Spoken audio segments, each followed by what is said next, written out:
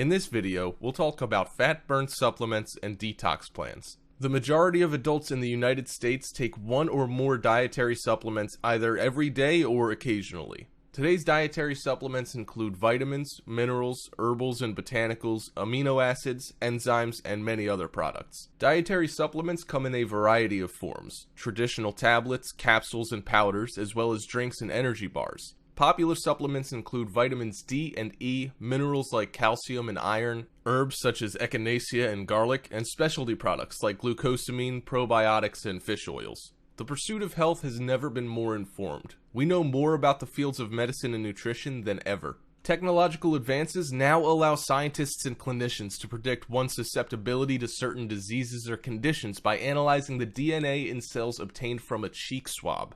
We know that the conditions a fetus is exposed to in utero can influence the risk of disease in adulthood. We've come so far in understanding the biology of our bodies and the biochemistry of the nutrients and other substances we ingest. The United States is recognized among the leaders of the world in technology and medicine. And yet, despite all these advances, Americans are unhealthier, more overweight or obese, more prone to chronic disease than ever. Where did we go wrong? All products labeled as a dietary supplement carry a supplement facts panel that lists the contents, amount of active ingredients per serving, and other added ingredients like fillers, binders, and flavorings. The manufacturer suggests the serving size, but you or your healthcare provider might decide that a different amount is more appropriate for you. However, there are things that you really need to know before you start consuming it. Number 1, effectiveness. Number 2, safety and risk. And number 3, quality. Number 1, effectiveness. If you don't eat a nutritious variety of foods, some supplements might help you get adequate amounts of essential nutrients. However, supplements can't take the place of the variety of foods that are important to a healthy diet. Scientific evidence shows that some dietary supplements are beneficial for overall health and for managing some health conditions. For example, calcium and vitamin D are important for keeping bones strong and reducing bone loss. Folic acid decreases the risk of certain birth defects, and omega-3 fatty acids from fish oils might help some people with heart disease. Other supplements need more study to determine their value. The U.S. Food and Drug Administration, or FDA, does not determine whether dietary supplements are effective before they are marketed. Number 2, safety and risk.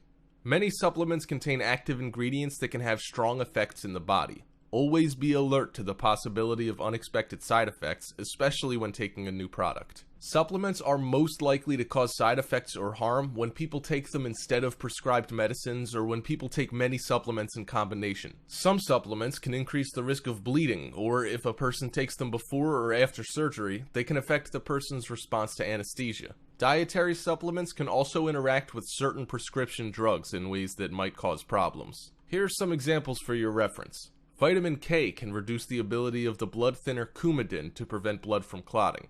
St. John's wort can speed the breakdown of many drugs, including antidepressants and birth control pills, and thereby reduce these drugs' effectiveness. Antioxidant supplements like vitamins C and E might reduce the effectiveness of some types of cancer chemotherapy.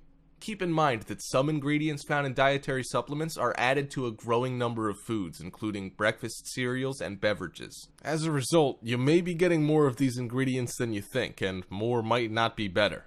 Taking more than you need is always more expensive and can also raise your risk of experiencing side effects. For example, getting too much vitamin A can cause headaches and liver damage, reduce bone strength, and cause birth defects. Excess iron causes nausea and vomiting and may damage the liver and other organs. Be cautious about taking dietary supplements if you're pregnant or nursing. Also, be careful about giving them beyond a basic multivitamin or mineral product to a child.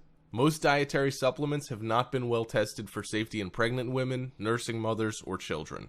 Number 3, quality. Dietary supplements are complex products. The FDA has established quality standards for dietary supplements to help ensure their identity, purity, strength, and composition. These standards are designed to prevent the inclusion of the wrong ingredient, the addition of too much or too little of an ingredient, the possibility of contamination, and the improper packaging and labeling of a product. The FDA periodically inspects facilities that manufacture dietary supplements. In addition, several independent organizations offer quality testing and allow products that pass these tests to display their seals of approval. These seals of approval provide assurance that the product was properly manufactured, contains the ingredients listed on the label, and does not contain harmful levels of contaminants. These seals of approval do not guarantee that a product is safe or effective. Organizations that offer this quality testing include US Pharmacopeia, ConsumerLab.com, and NSF International. For much of the 20th century, nutrition research focused largely on the health risks and benefits of single nutrients. The findings translated into public health messages telling us to reduce fat, limit cholesterol, increase fiber, get more calcium, take vitamins E, C, and D, and so on. But as scientists learn more, they're finding that the health effects of food likely derive from the synergistic interactions of nutrients and other compounds within and among the foods we eat. This has led to a shift from nutrient-based recommendations toward guidelines based on foods and eating patterns. There's no single healthy diet. Many eating patterns sustain good health. What they have in common is lots of fruits, vegetables, and whole grains, along with healthy sources of protein and fats. Consistently eating foods like these will help lower your risk for conditions such as heart disease, stroke, diabetes, and certain forms of cancer. If you'd like to make this largely plant-based approach to eating one of your good health goals, well, here's how to get started. First, build a better plate. The healthy eating plate is made up of 1/2 vegetables and fruits, 1/4 whole grains, and 1/4 healthy protein. Whole and healthy are important words here. Refined grains, think white breads, pastas, and rice, have less fiber and fewer nutrients than whole grains such as whole wheat bread and brown rice. Healthy proteins include fish, poultry, beans, and nuts, but not red meats or processed meats. Many studies have shown that red meats, and especially processed meats, are linked with colorectal cancer and that you can lower your risk for heart disease by replacing either type of meat with healthier protein sources. So eat red meat sparingly, selecting the leanest cuts, and avoid processed meats altogether. Secondly, pile on the vegetables and fruits.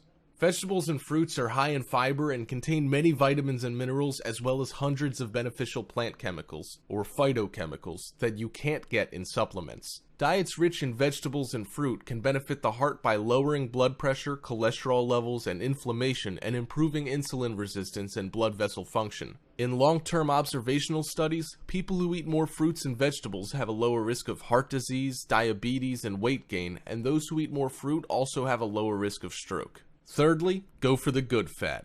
At one time, we were told to eat less fat, but now we know that it's mainly the type of fat that counts. The most beneficial sources are plants and fish.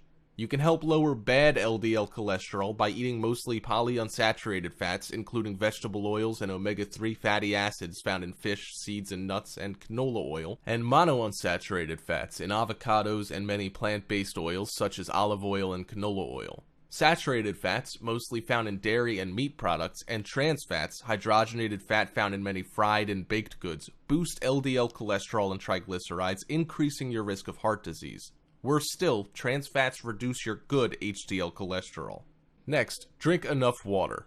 Many foods contain water, so you may get enough every day without making a special effort, but it can be helpful to drink water or other no-calorie liquids such as black tea, coffee, or carbonated water with meals or as an alternative to snacking. A reasonable goal is 4 to 6 cups of water a day.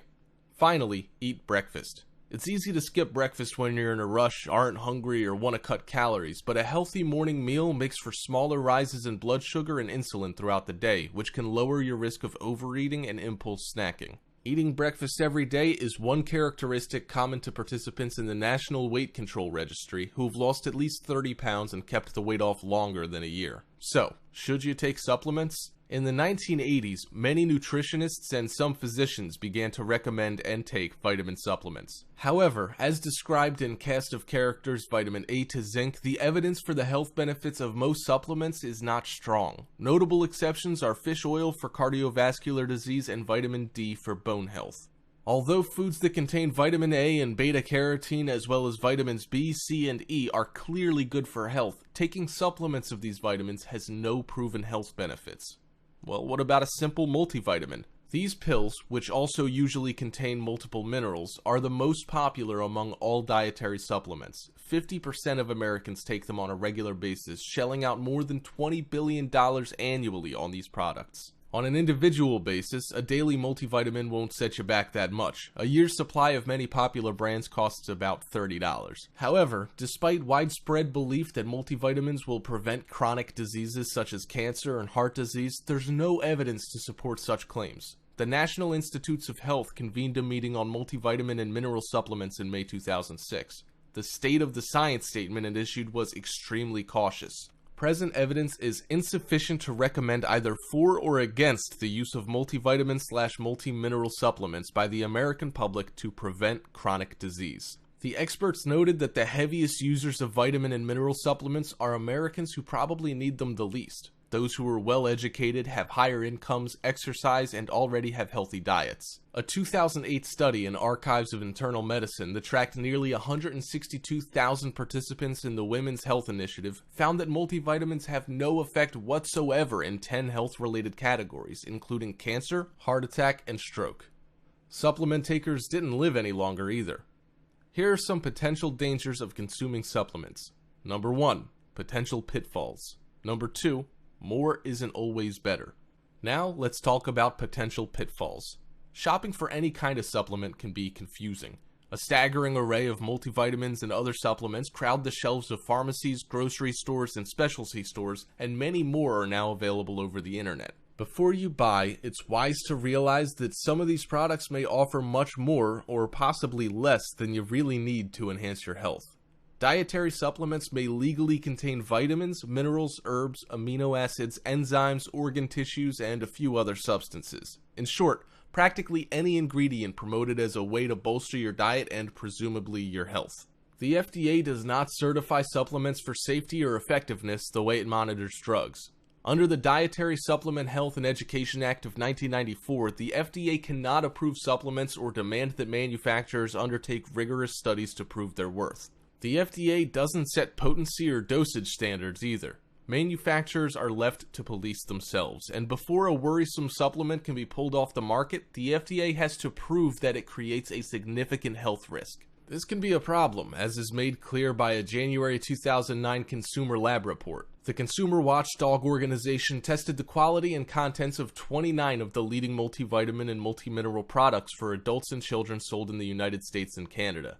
8 products did not meet the claims stated on their labels or had other quality issues, while another 12 provided levels that may be too high for healthy people. For example, one men's multivitamin supplement contained just over 2,000 micrograms of folic acid, which is twice the safe upper limit for that vitamin. While supplement manufacturers can't legally claim to prevent, treat, or cure specific diseases, they can come pretty close. They're allowed to make structure-function claims that sound impressive to most consumers. A product may build strong teeth, or improve memory, or boost the immune system. Manufacturers can make these assertions without supplying a stitch of proof to any agency. Your cue for healthy skepticism should be the words printed alongside, "This statement has not been evaluated by the Food and Drug Administration." Certain health claims backed by substantial scientific agreement and not limited to particular brands can appear on supplement bottles. For example, supplement manufacturers can advertise that calcium helps protect against osteoporosis and folic acid may prevent neural tube defects in fetuses because these statements are borne out by science and have been carefully evaluated. Also, more isn't always better. Many people who take supplements subscribe to the idea that more is better without carefully considering the arguments for or against their choices. They may take a handful of other supplements along with their multivitamin. At best, they may be wasting their money. At worst, they may be endangering their health. Take vitamins C and A, for example. Once your blood level of vitamin C reaches the saturation point, which occurs if you take about 200 milligrams per day, your body usually excretes the excess. That's why vitamin C toxicity rarely occurs. However, people who consistently take too much vitamin A won't be as fortunate. Because fat-soluble vitamins remain in the body, they can more easily build to toxic levels. A pregnant woman who takes too much vitamin A risks birth defects to her fetus. Excess vitamin A also compromises bone health and blood clotting, and it can overstimulate your immune system. Many consumers are spurred to take excessive doses by over-enthusiastic news stories on the potential benefits of certain vitamins and minerals. Remember, though, that the good news from the latest study may eventually prove true, or it may be refuted by other studies. Often, promising test tube and animal studies don't pan out in people, and certain types of human studies offer more definitive information than others. Sometimes, exciting results from initial observational studies aren't confirmed by randomized controlled trials, which are considered the gold standard of research. And even these studies often have their limitations. It's generally safest to wait for evidence to accumulate before jumping on the supplement bandwagon. Consider the potential risks, possible benefits, and costs. What about specialized supplements aimed at women, men, and seniors? While some of these supplements may be helpful in certain cases, others are merely marketing gimmicks designed to enhance profits rather than your health. Products vary wildly. Read the labels to make sure you get what you need while staying within safe limits. If you're a woman, which vitamins and minerals are most helpful for you? Well, that depends partly on your age and on childbearing concerns. Folic acid supplements are necessary if there's a chance that you could become pregnant, and iron is important for you if you're still menstruating. It's essential that you get enough folic acid to prevent birth defects called neural tube defects, which develop in the earliest days and weeks of pregnancy. Because not every pregnancy is planned, most experts suggest that all women capable of becoming pregnant take a daily multivitamin that has at least 400 micrograms of folic acid. Your doctor may suggest taking more than that amount if you plan to get pregnant and have previously had a child with a neural tube defect. To replace iron lost during monthly periods, you need a multivitamin or women's supplement with iron. Iron deficiency saps your energy, eventually leaving you weak and tired. In the United States, 1 in 10 women and girls who menstruate are deficient in iron. The recommended daily amount of iron for adult women ages 19 to 50 is 18 milligrams. If you're pregnant, you need larger amounts of certain vitamins and minerals, particularly iron and folic acid. Prenatal vitamins, which can be purchased by prescription or over the counter, meet these needs. It is important not to take other supplements unless specifically advised by a qualified healthcare professional. The earliest weeks of pregnancy are crucial in the fetus's development, so the sooner in pregnancy you start taking a prenatal vitamin, the better. If you plan to get pregnant or learn that you are, talk with your doctor right away to find out which prenatal supplement would be best for you to take. During pregnancy, your iron requirements increase to 27 milligrams and your folic acid requirement to 600 micrograms. The calcium RDA remains at 1,000 milligrams for women ages 19 and over, although some clinicians suggest adding calcium during pregnancy for extra insurance. As for women who reached menopause, unless your doctor advises otherwise, you can switch to a supplement that reduces or eliminates iron. Diet alone should supply enough iron and prevent a possible iron overload.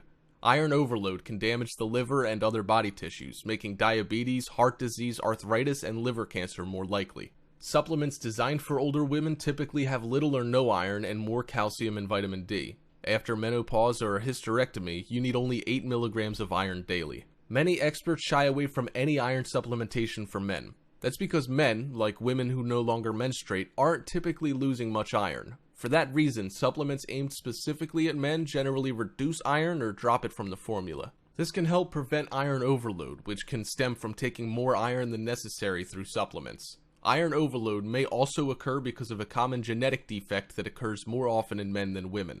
Iron overload can damage the liver and other body tissues, raising the risk for diabetes, heart disease, arthritis, and liver cancer. Men's multivitamin and mineral formulations typically add or increase selenium and lycopene too, which may protect against prostate cancer and other types of cancer. Some drop calcium entirely. Formulas with low or no calcium are fine for men as long as they get adequate amounts of calcium in their diets to prevent osteoporosis. Exercise, coupled with vitamin D and vitamin K, is more important for bone health in men. Products aimed at older people tend to boost the amount of certain B vitamins, partly because many elderly men and women have trouble absorbing vitamin B12. These products also tend to add antioxidants and often vitamin D and selenium. There is little evidence to support the value of antioxidant supplements. Some experts recommend getting at least 2,000 IU of vitamin D daily after age 70. As you age, your skin loses some of its ability to produce vitamin D from sunlight, and many older people don't spend that much time in the sun. As for selenium, evidence suggests no benefit to this mineral. Until more information is available, or unless your doctor gives you other advice, a daily multivitamin should offer enough B vitamins. However, if you're over 70 and get little sun exposure, you may need to add a separate vitamin D supplement. Detoxification is a normal process within the body as it neutralizes and eliminates toxins through the major organs such as our colon, liver, kidney, lungs, lymph, and skin. Our bodies do it naturally every day. In fact, it's one of our most basic automatic functions, but what if our self-cleaning system's overloaded by our unhealthy lifestyle and exposure to environmental toxins? According to many healing experts, detoxification through special cleansing programs may be the missing link to disease prevention, especially for immune deficiency diseases like cancer, arthritis, diabetes, chronic fatigue syndrome, and candida. Our chemicalized diet with an overabundance of animal protein, too much saturated fat, and too much caffeine and alcohol radically alters our internal ecosystem. But even if your diet is good, a cleanse can restore your immune system and protect yourself against environmental toxins that pave the way for disease-bearing bacteria, viruses, and parasites. In the animal kingdom and in traditional cultures, routine fasting and allowing the body time to clean itself out has been a normal practice.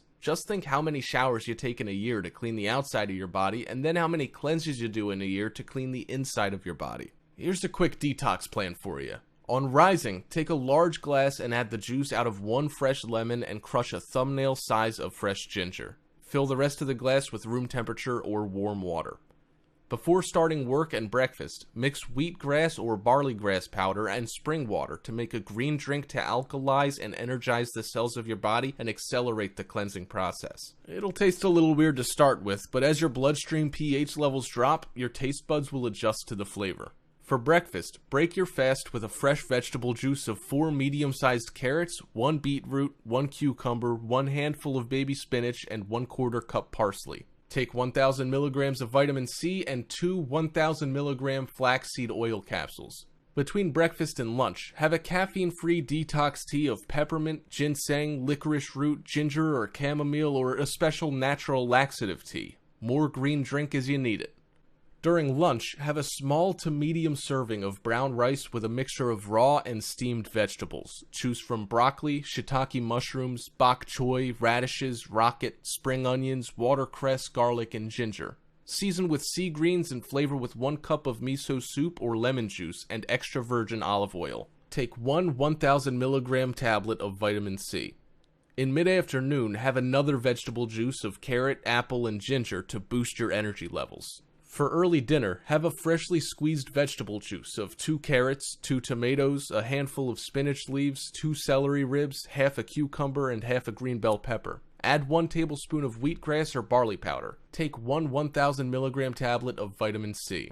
Before bed, relax your body with a detox tea of peppermint, ginseng, licorice root, ginger, or chamomile tea, or fresh mint and green tea with cardamom pods. And there you have it. Follow this program as closely as possible for a minimum of 3 days to really see the results. You can experiment with the vegetable juices throughout the day, but just make sure you're not adding too many sweet fruits. Ideally none at all, as these add to the sugar or acidic load in the body, which is what we're trying to avoid during this cleanse. So, what's the recipe? 1. Detox meal consists of pesto mushroom and black olive tapenade. 2. Detox water consists of slimmed down detox water and watermelon detox water. Here's the recipe for pesto mushroom. 20 button mushrooms or 4 portobello mushrooms, 1 cup walnuts, 1/2 cup pine nuts, 3 cups basil, 1/2 cup olive oil, 2 to 3 cloves of garlic, 1 teaspoon of sea salt, and 2 tablespoons of lemon juice substitutes. You can use rocket to fill out the basil if you're short. And here's the cooking method. 1. Wash and stem the mushrooms and lay out on a serving plate. 2. Place all remaining ingredients in a food processor and blend until smooth. 3. Fill the mushrooms with pesto and serve fresh. 4. If desired for a more crispy taste, dehydrate for 5 to 6 hours. Mushrooms are one of the best natural sources of niacin, which is essential for energy production, brain function, and the skin. It also helps in balancing blood sugar levels and lowering cholesterol. Nuts, seeds, and their cold-pressed oils should be included in your diet on a regular basis, as they contain high levels of the essential fatty acids, or EFAs, or good fats. Additionally, they're also a powerhouse of nutrients and contain high forms of digestible protein, antioxidant vitamins A, B, C, and E, calcium, magnesium, potassium, zinc, iron, selenium, and manganese. So, what about black olive tapenade? Simple. 3 cups of pitted black olives, 1/2 cup olive oil, 1 small handful parsley, optional, 2 tablespoons lemon juice, 3 cloves garlic, and 1 tablespoon sea salt. Firstly, 1. Process everything except olives in a blender or food processor until smooth. 2. Add olives and pulse until olives are roughly chopped. 3. To serve, use as a dip with flax crackers. Olives and olive oil are very rich in antioxidants. Antioxidants deactivate free radicals, allowing us to live longer, overcome illness, and maintain more acute mental and muscular faculties. Olives display antifungal and antibacterial properties and are used in a detoxifying diet. Garlic contains high doses of natural sulfur, or MSM. MSM provides elasticity, movement, healing, and repair within the tissues. It greatly enhances the structural integrity of connective tissue and joint cartilage and has been shown to reverse arthritic conditions including pain and inflammation.